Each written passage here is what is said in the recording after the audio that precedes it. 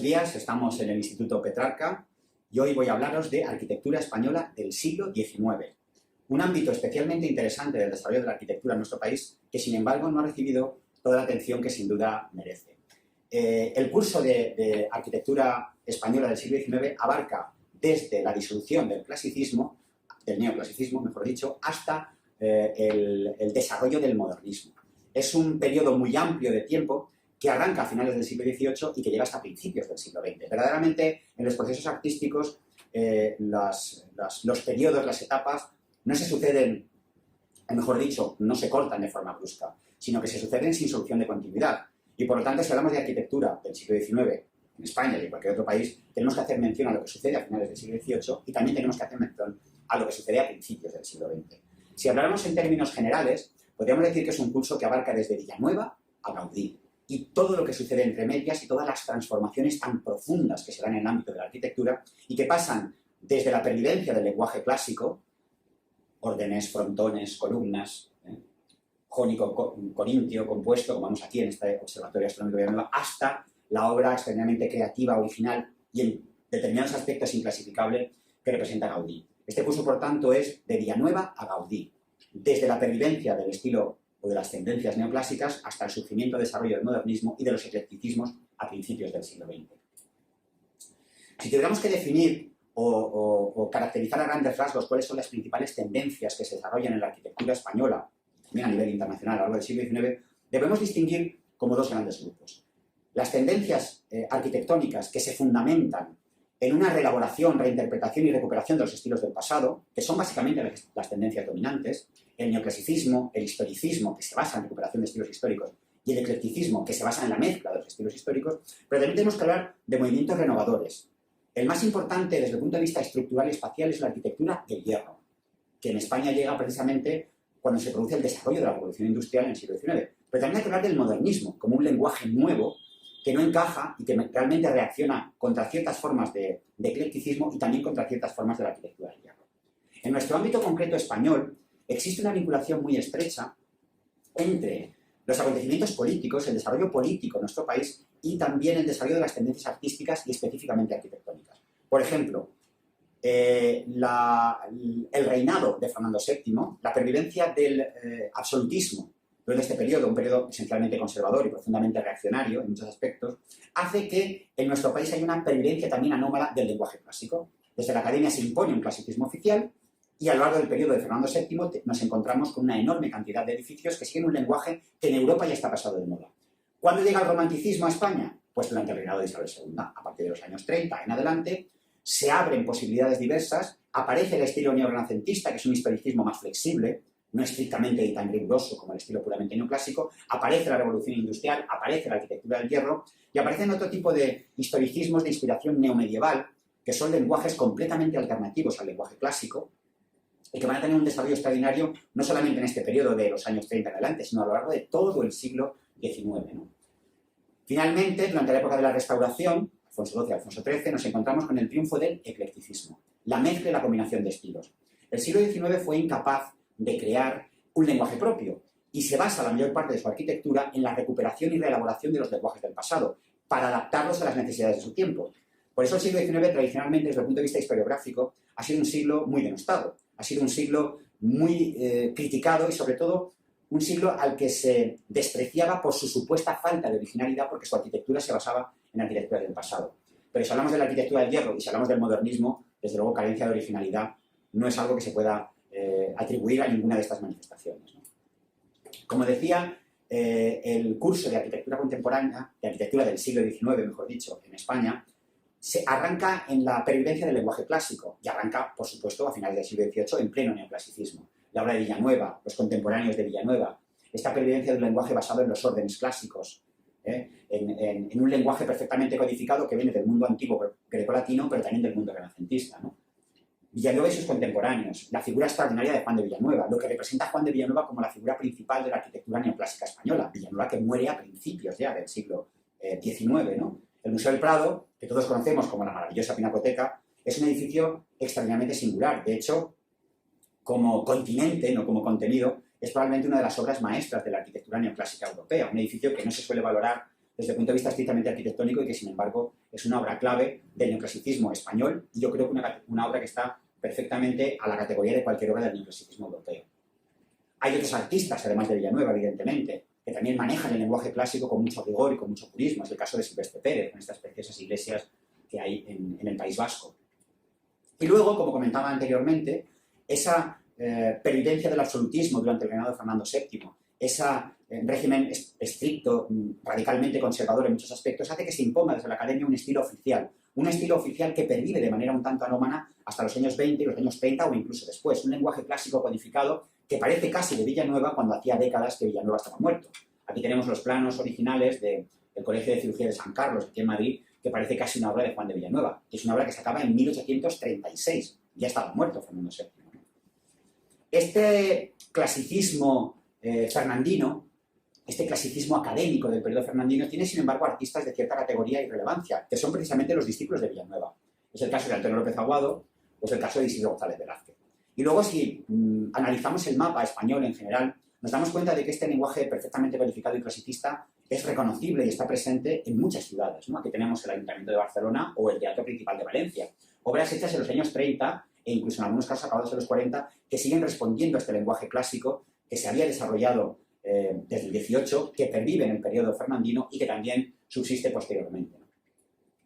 Cuando llega Isabel II, se producen una serie de acontecimientos importantísimos en el ámbito estrictamente arquitectónico. El más significativo es la fundación de la Escuela de Arquitectura, ¿no?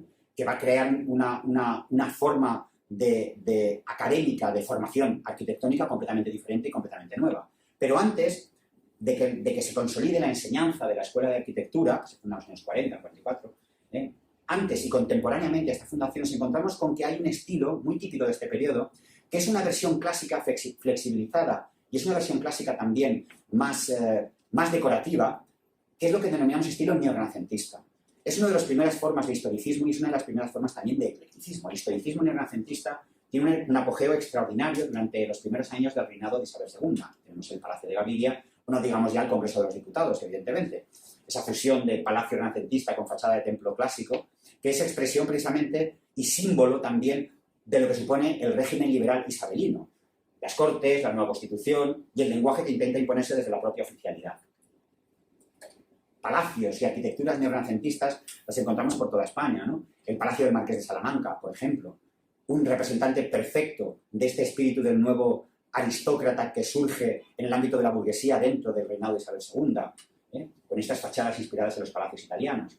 Pero, dentro de los historicismos, el más fecundo, el más importante, el que alcanza un mayor desarrollo y un lenguaje más extenso, es el historicismo neomedieval y preferentemente neogótico. Las primeras experiencias neogóticas son del reinado de Isabel II, pero el neogótico se convierte en una variante historicista dentro del eclecticismo con una presencia extraordinaria. Aquí tenemos el proyecto para la Catedral de la Almudena, el proyecto original que nunca se hizo del Marqués de Cubas, que pertenece ya al periodo del neocatolicismo alfonsino, ya durante el periodo de la Restauración. Las primeras manifestaciones del historicismo neomedieval y fundamentalmente neogótico tienen que ver con la Restauración, algo que sucede también en el resto de Europa. Los monumentos medievales estaban tremendamente deteriorados ya a principios del siglo XIX y es necesario restaurarlos. Estudiar esos monumentos para restaurarlos pone a los arquitectos en contacto con ese nuevo lenguaje y a partir de ese momento la restauración actúa de alguna forma como catalizador en ese proceso de recuperación de los estilos medievales. Aquí vemos los proyectos de restauración de la iglesia de los Jerónimos o de la Pulcra Leonina, la extraordinaria catedral gótica de León. El gótico es un lenguaje formal, estructural y decorativo completamente distinto a lo clásico. Y en ese ámbito del historicismo romántico que se da durante el reinado de Isabel II y las décadas posteriores, aparece como una manera de romper con ese lenguaje unívoco, universal, académico, riguroso y que había sido impuesto además de manera muy estricta durante las décadas anteriores. Por eso encontramos edificios con fachadas totalmente neogóticas, es verdad que es un goticismo muy superficial, muy epitelial. Y luego también hay que destacar que aunque el gótico es el que alcanza más desarrollo, aunque es el estilo que desde el punto de vista arquitectónico tiene una profundización más compleja, porque realmente además el gótico es un lenguaje perfectamente codificado y desarrollado, hay también otros historicismos neomedievales que alcanzan un gran desarrollo en este periodo. El más importante es el estilo neorrománico.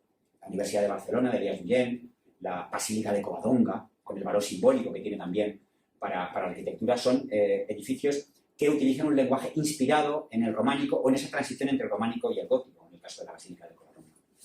Y luego tenemos el eclecticismo, evidentemente. Vuelta al pasado, neoclasicismos, historicismos renacentistas, historicismos medievales. El siglo XIX no crea un estilo nuevo.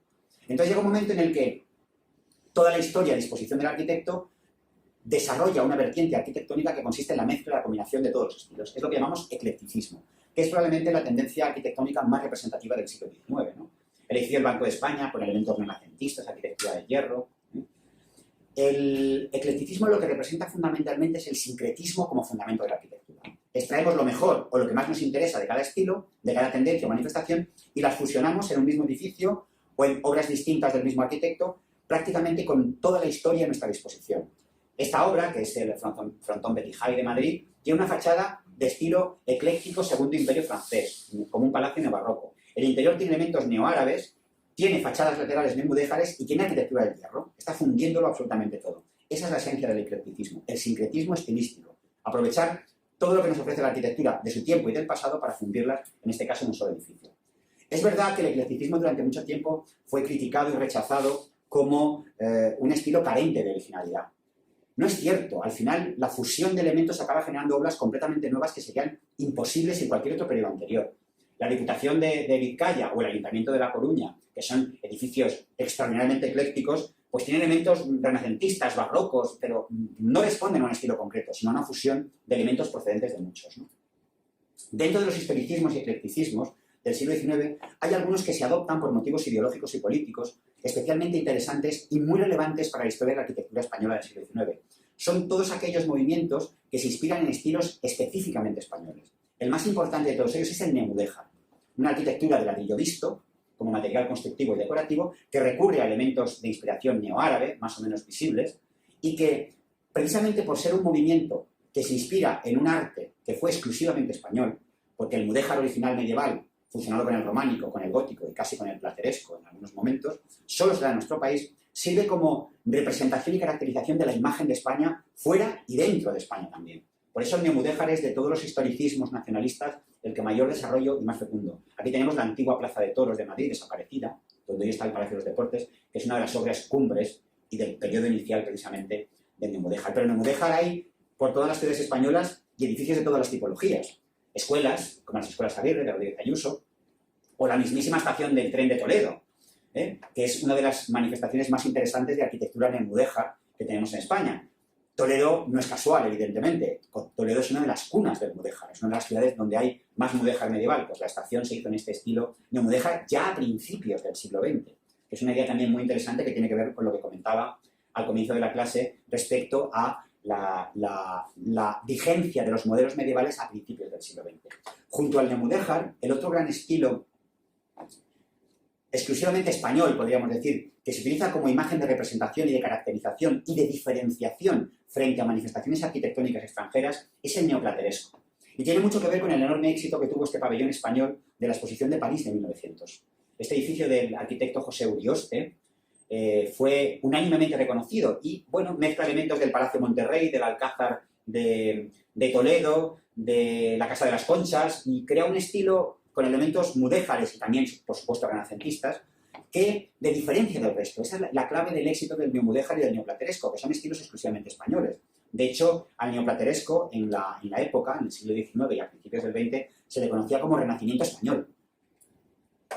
Pero, como estamos viendo, y hemos podido comprobar en las fechas de algunas de estas obras, las tendencias historicistas y eclecticistas perviven a principios del siglo XX. De hecho, algunas de las manifestaciones más importantes de arquitectura ecléctica se desarrollan justamente en las primeras décadas del siglo XX. Es el caso del Casino de Madrid, por ejemplo, que es uno de los edificios de eclecticismo neobarroco más suntuosos y fastuosos que hay en España. Un edificio que se acaba en 1910, pero que su fundamento arquitectónico está en ese concepto ecléctico, no solamente de los estilos, también de la fusión de las artes decorativas que arranca en el siglo XIX. La obra de Antonio Palacios, el gran arquitecto gallego, pero afincado en Madrid, que marca prácticamente un periodo extraordinario de la arquitectura madrileña, que es el creador de la imagen cosmopolita y monumental de Madrid, representa perfectamente la vigencia de ciertos conceptos eclécticos a principios del siglo XX. Aunque es verdad que el eclecticismo que practica Antonio Palacios es un eclecticismo diferente. Es un eclecticismo no mimético, un eclecticismo de reelaboración, de reinterpretación. Aunque él mismo, cuando define este edificio, lo define como estilo renacimiento español. Dice que es neoplateresco, cuando en realidad aquí hay elementos modernistas, hay elementos de la arquitectura comercial americana y todo además revistiendo una impresionante estructura metálica. Porque esa es otra novedad interesante. Estos edificios eclécticos del siglo XX se engalanan con unas galas más o menos aparatosas e historicistas, pero en realidad muchas veces tienen estructuras muy modernas. El edificio de la Unión y el Fénix, el edificio Metrópolis, en Alcalá con Caballo de Gracia, en los inicios de la Gran Vía, es un inmenso palacio de estilo barroco afrancesado, pero sin embargo es uno de los primeros edificios españoles construido con una estructura de hormigón armado, acabado también en 1910. Y hablando de estructuras metálicas, tenemos que hablar de una de las contribuciones más importantes del siglo XIX a la historia de la arquitectura, que es la generalización en el uso de las estructuras metálicas. La arquitectura del hierro llega a España con cierto retraso, por el retraso que tiene que ver también con la llegada tardía de la Revolución Industrial, pero tenemos un conjunto realmente interesante de obras realizadas en arquitectura del hierro, el famosísimo Puente de Triana en Sevilla, que es una de las obras pioneras, con un proyecto que se remonta a los años 40, es una de las primeras obras relevantes de este tipo de infraestructuras vinculadas con el ferrocarril, con la industria, con los nuevos transportes. Tenemos un hito único en el mundo, que además fue una obra pionera, que es el puente colgante de Bilbao, el puente colgante más elegante, el puente colgante de la Ría entre Portugalete y Las Arenas, de Alberto de Palacio, es el primer puente colgante transbordador del mundo. Es un hito absoluto a nivel mundial en la arquitectura del hierro y se hizo también, por supuesto, en el ámbito español. Y contamos con algunas de las obras de arquitectura del hierro más hermosas que hay en Europa. Es el caso del Palacio de Cristal, el Parque del Retiro, obra de Ricardo Velázquez Bosco, en colaboración también precisamente con el arquitecto e ingeniero Alberto de Palacio, el responsable del puente de Bilbao. Pues tenemos aquí en el Retiro uno de los pabellones de cristal, de hierro y cristal, más bonitos de Europa, ¿no? Una obra que fusiona lo elegante, lo pintoresco y la esencia misma de la arquitectura ecléctica y de la arquitectura del hierro. Y luego tenemos, a finales de siglo, una de las tendencias arquitectónicas más interesantes de nuestro siglo XIX y de principios del XX, que es el modernismo. El modernismo en catalán, sobre todo, porque allí se genera un modernismo extraordinariamente original y creativo. Barcelona es uno de los focos esenciales del modernismo internacional y un modernismo que se extiende también a toda España con ejemplares muy interesantes prácticamente en todas las ciudades españolas, ¿no? El modernismo catalán tiene una serie de figuras de gran relevancia, que son fundamentalmente tres, aunque hay muchas más. El caso de Domènec Montaner es una fusión ecléctica en su origen de muchos elementos, también del Art Nouveau, del modernismo internacional, y es el creador de una de las obras maestras del modernismo, que es el Palau de la Música de Barcelona, un edificio absolutamente maravilloso, donde, partiendo, como digo, de fundamentos de un eclecticismo muy libre, muy libérrimo, muy original, y fusionando elementos que vienen de la secesión vienesa y del Art Nouveau internacional, acaba creando esta obra fascinante, que es casi como entrar en un mundo nuevo, ¿no? También representante importantísimo del modernismo catalán es la figura de Puig i Cadafalch. Lo que pasa es que Puig i Cadafalch, que desarrolla un modernismo muy personal, está muy apegado en sus orígenes y durante casi toda su obra a la herencia del gótico catalán, de la arquitectura tradicional catalana. Entonces, en su obra siempre hay componentes medievalistas, más o menos reelaborados y reinterpretados, que dan lugar a un modernismo muy original, pero mucho menos creativo que el de Domènec Montaner, o no digamos ya, por supuesto, el de Gaudí.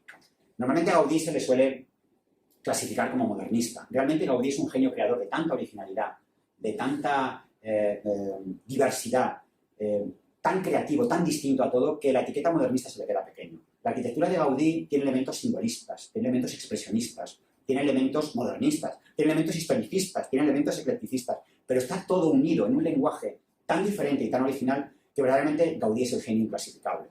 Es verdad que vive el periodo modernista, es verdad que su concepto de integración de las artes está inspirado en el espíritu de Art Nouveau, pero su obra trasciende etiquetas y lo convierte en un genio universal de la arquitectura.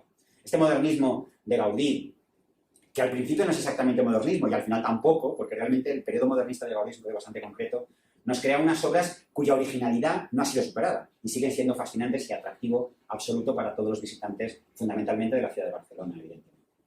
El modernismo catalán surge por un proceso de evolución interna y da lugar a un movimiento extraordinariamente original y significativo. Pero el modernismo catalán y el Art Nouveau internacional también se extienden por toda España. Prácticamente todas las ciudades españolas tienen modernismo. En algunos casos son más originales que en otras, en algunos casos están influidos por la catalán, en otros más influidos por lo francés o lo belga, ¿no?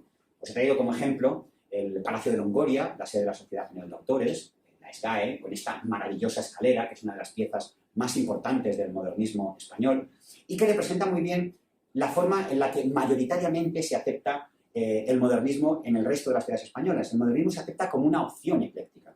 Dentro de todas las posibilidades que ofrece el eclecticismo, todos los historicismos, todos los estilos antiguos, pues el modernismo se presenta como una opción más y la adoptan con más o menos creatividad, con más o menos exuberancia y creando obras tan llamativas y tan originales como esta.